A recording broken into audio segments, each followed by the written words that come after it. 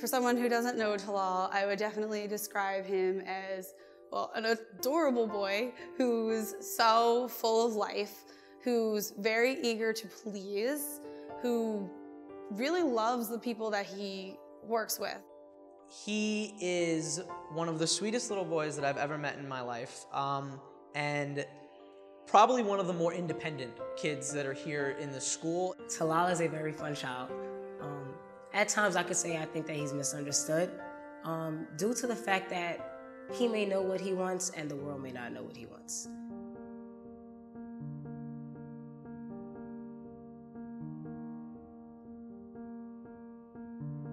When I first met Tallal, he was definitely more behavioral, and it would be very difficult to get him to engage in any functional activities because he had such a hard time communicating. It was a much more difficult battle to try to figure out what he wanted, how to calm him down.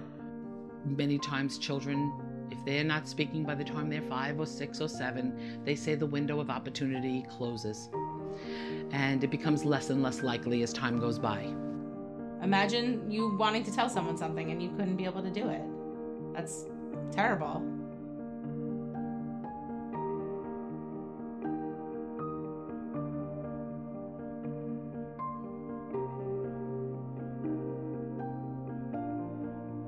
We have what's called transitional paraprofessionals. So they start their day very early in the morning next door getting the kids ready for school, and then they come over and they're teacher assistants in the classrooms. So it's really a 24-hour-a-day program for the children. Hi, I'm Darnell Blackburn. I am Tallal's one-to-one para in transition. Generally, I spend about 90% of my day with Tallal, which is anywhere from 6 a.m. in the morning to about 10, 11 o'clock at night. Tallal's like a little brother to me, you know. I take on the role as a professional. With empathy, I'm able to put myself in his shoes and say, what if I wanted something and I couldn't get it? I feel like children with autism, especially Tallal, have their ways, and it's our job to really study them to assist them. I think when students come in here, they come in with their set of skills. And whatever their set of skills are, that's where we start. So if we can move them from that set of skills and move them closer to a more independent life, then that's our goal.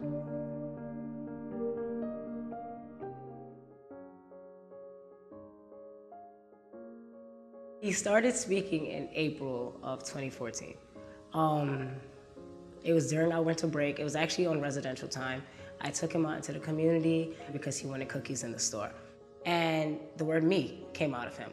He went from nonverbal to verbal in the process of a year. There was a 2-week differential between him speaking and I believe Mother's Day. So the last time he went home, she didn't hear him speak. And then that Mother's Day weekend, like, we sent him home. And she said, you don't understand how bad I've always wanted to hear my child speak. He's never been able to call me mommy. He's never been able to say anything to me. And it just made me want to do more.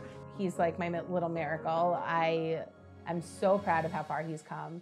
It's like he's a different child. You know, tears just started to flow because you don't expect that a child reaching their teenage years is going to be able to gain that skill. And now every time I see him, he has a new word in his litany that he has to share with me. What's your name? E.T. Good job. I go to the HeartShare School in Brooklyn. In my classroom, my teacher is Mr. Darnell.